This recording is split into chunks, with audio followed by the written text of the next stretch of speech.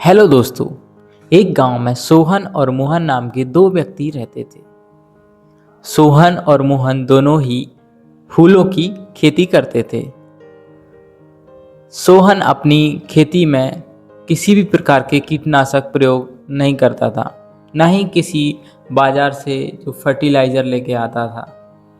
वो अपने घर में जो भी अवेलेबल होता था, देसी खाद, राख, मतलब सारी चीज़ें नेचुरल रूप से करता था। किसी भी प्रकार के बाहरी पदार्थ का प्रयोग नहीं करता था। उसकी वजह से उसकी फसल बहुत अच्छी रहती थी।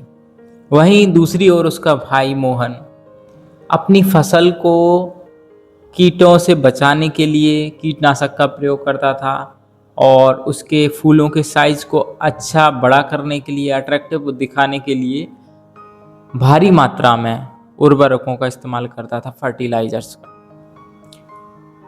एक रात बहुत तेज आंधी आई और तेज बारिश हुई, तो उस वजह से जो सोहन की फसल है उसको कोई नुकसान नहीं हुआ, परंतु मोहन की फसल उस रात की जो मूसलाधार बारिश और तूफान को झेल ना सकी। तो अब जब फसल पककर तैयार हुई तो सोहन और मोहन दोनों ही अपने फूल तोड़कर बाजार बेचने के लिए लेके गए। और सोहन के पास ग्राहकों की कमी नहीं थी, क्योंकि सोहन के फूलों में प्राकृतिक सुगंध थी। बल्कि जबकि मोहन के जो फूल साइज में बड़े थे, अट्रैक्टिव थे, बट उनमें जो खुशबू नहीं थी।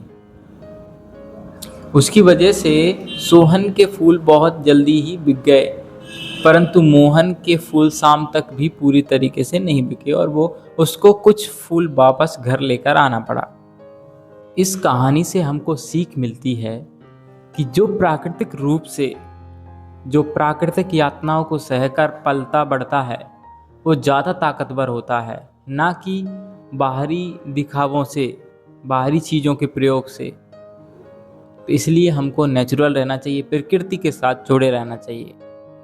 यही इस कहानी की सीख है। Thank you.